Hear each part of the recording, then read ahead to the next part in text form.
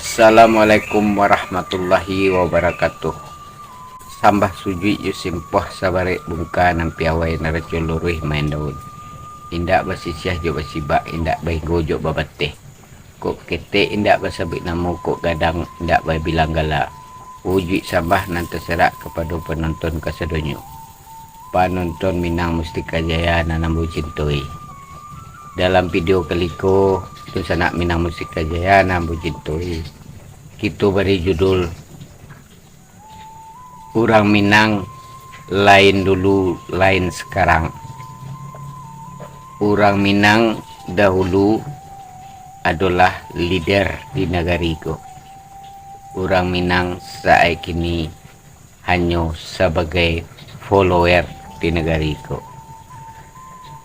Kalau kita membaca sejarah, menyangka bulu ramang kita mendengar cerita-cerita dahulu, begitu bangganya kita sebagai orang Minang. Di segala bidang orang Minang leadernya, mulai dari seni, budaya, politik, perdagangan atau ekonomi. Orang Minang lah nomor satu ya. Namun pada saat ini dunia lah berubah, kita malah juga ikut ketinggalan. Dalam segala hal kita lihat kita hanya pengikut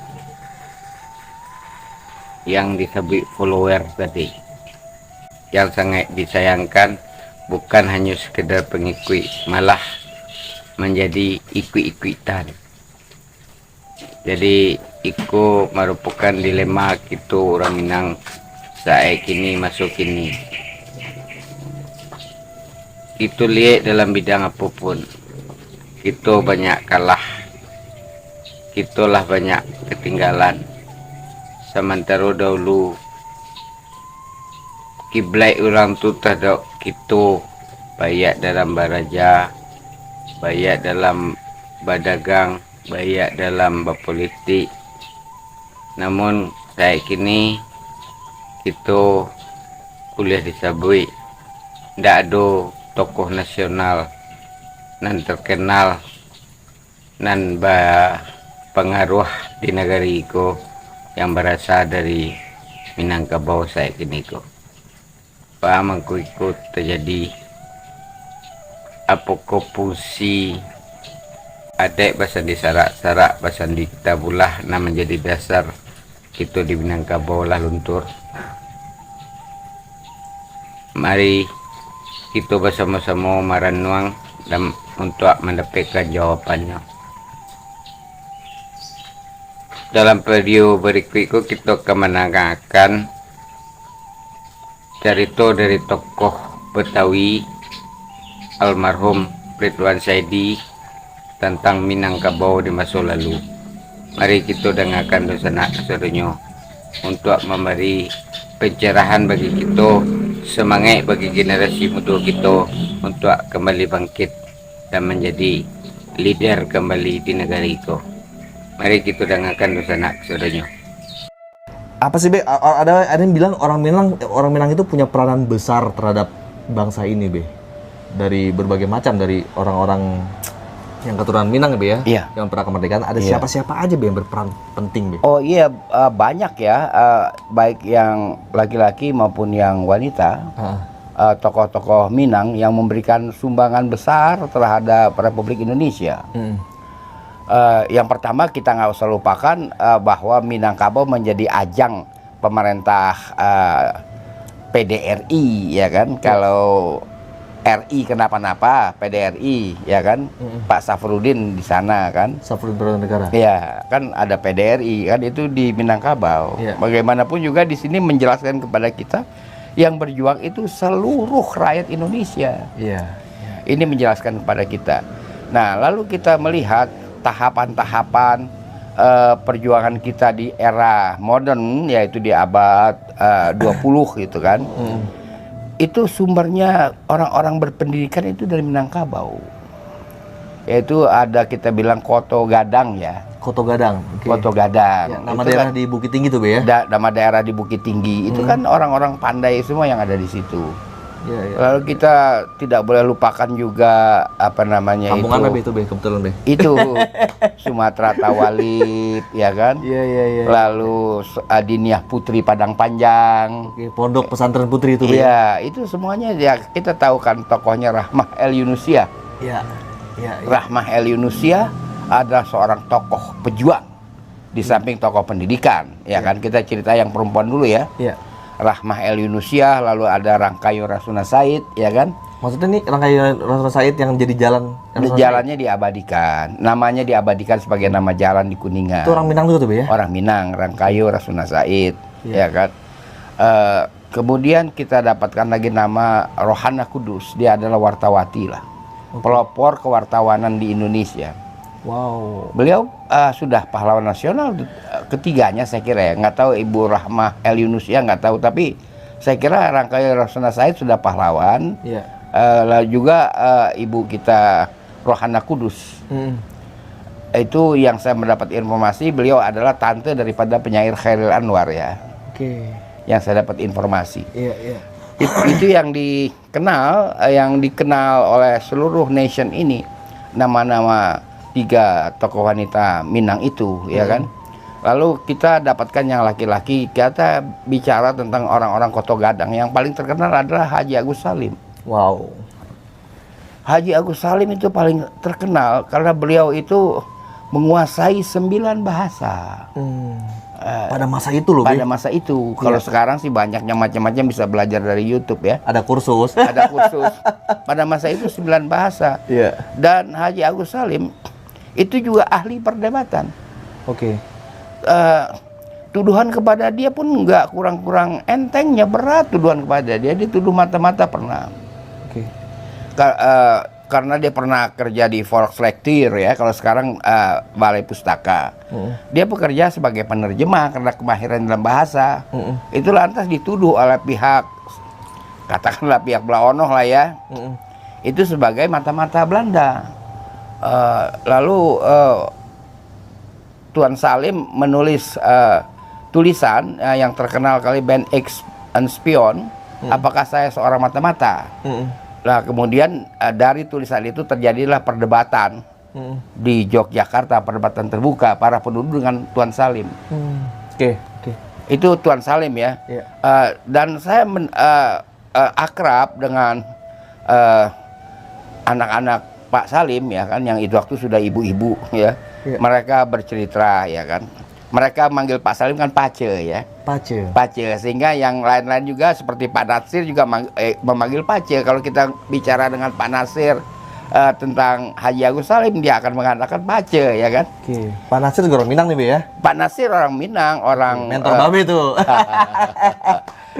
Datua Sinaro Panjang kan dia punya gelar. Iya. Jadi siapa kawan kita ini Haji Agus Salim diceritakan oleh anak-anaknya kepada saya bahwa Haji Agus Salim itu tidak pernah kalah dalam bicara, dalam berdebat.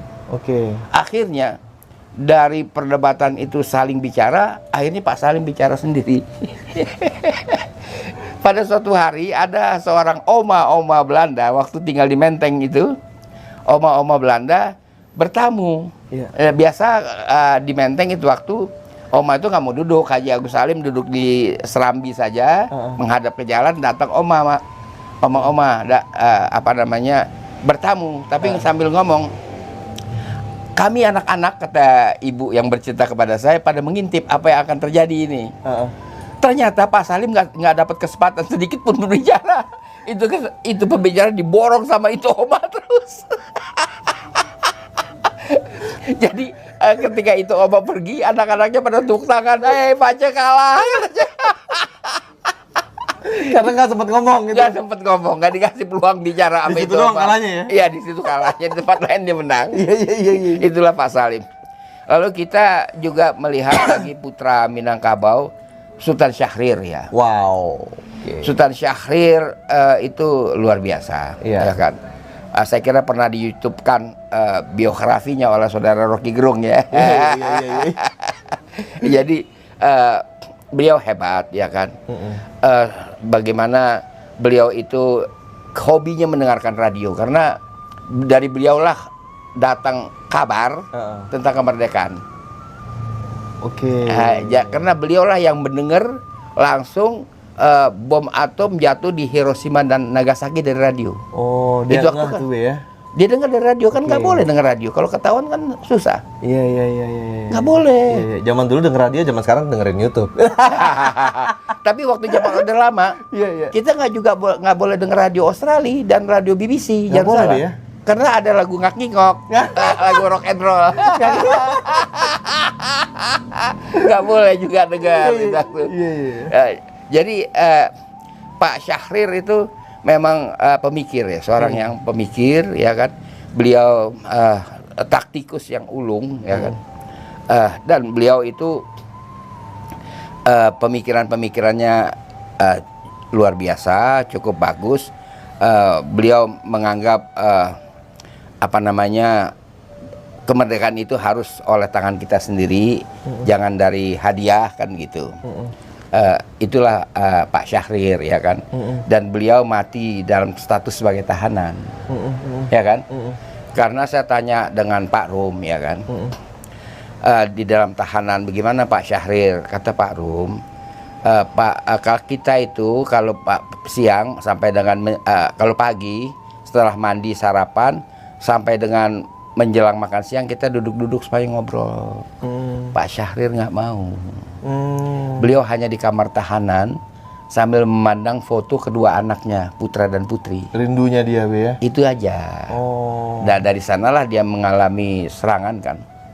Lalu dilarikan ke Swiss dan meninggal di Swiss kan pada tahun 66. Sultan Syahrir itu. Itulah Sultan Syahrir. Dia menghabiskan waktunya masa-masa akhirnya di dalam tahanan Orde Lama. Itu Sultan Syahrir. Lalu kita di dalam bidang politik cukup banyak lah. Tokoh-tokoh yang kita kenal. Dr. Muhammad Hatta jangan kita lupakan. Bung Hatta. Itu kan tokoh pendiri pelajar Indonesia di Amsterdam ya. Di negeri Belanda. Beliau adalah bersama juga orang Minang juga, Dahlan Abdullah kan. Yang pernah menjadi wali kota di Jakarta.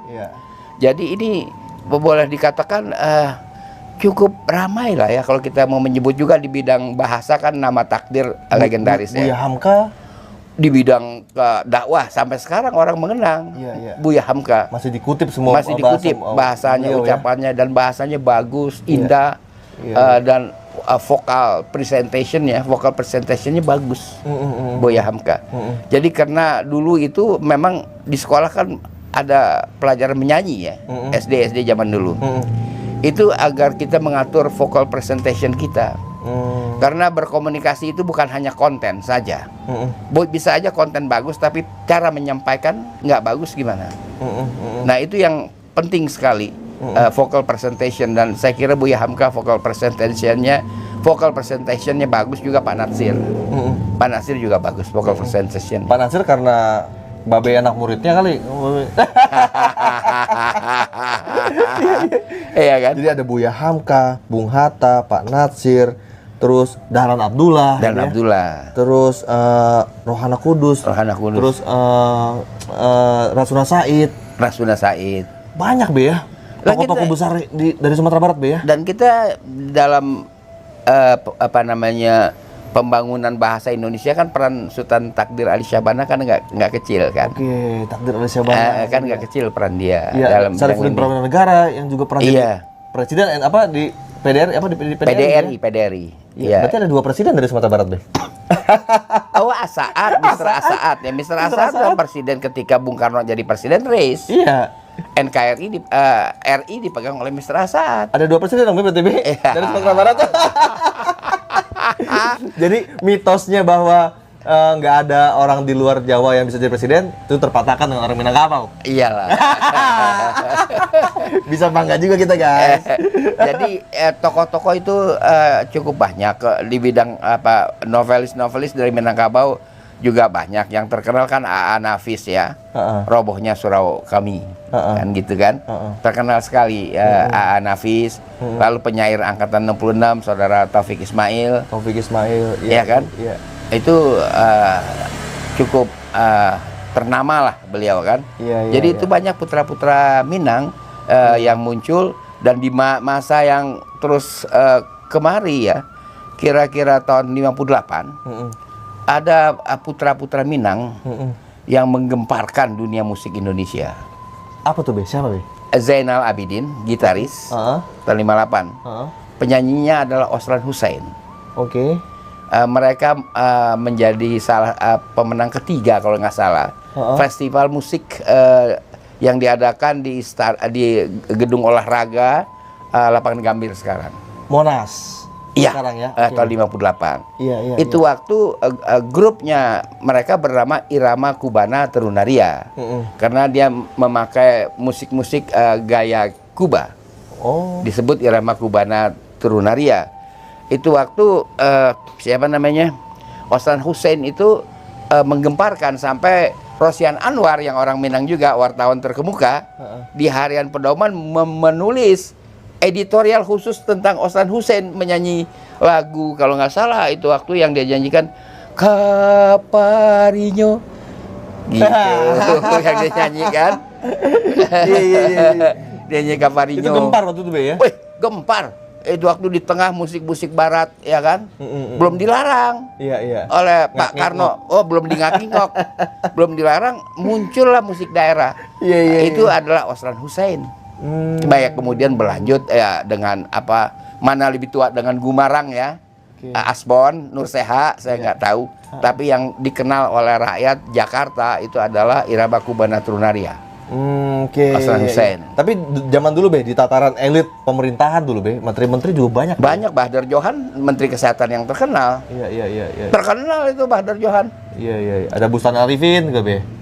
Itu kan masa akhir. Oke, masa akhir ya, Kita iya. masa awal, itu Bahdar Johan terkenal. Iya. Itu Menteri Kesehatan. Beberapa kabinet yang ngikut kok.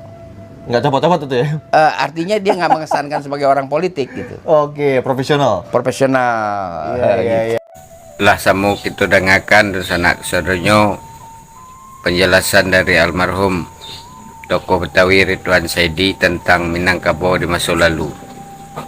Semoga Eko bisa membuka pikiran bagi kita, khususnya bagi generasi muda Minang, untuk bangkit kembali, untuk mengambil balik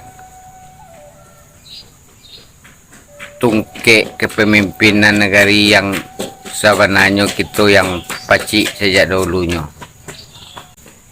Usah menjadi follower atau pengikut, apalagi ikut-ikutan.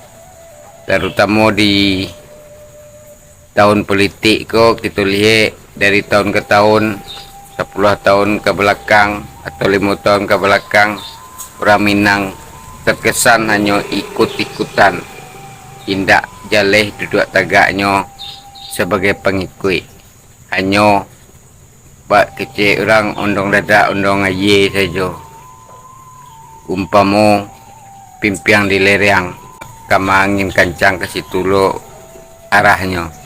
Marilah kembalikan karakter Minang yang mana Minangkabau dari dulu utaknya baisi, dadonya baisi, dan paruitnya pun baisi.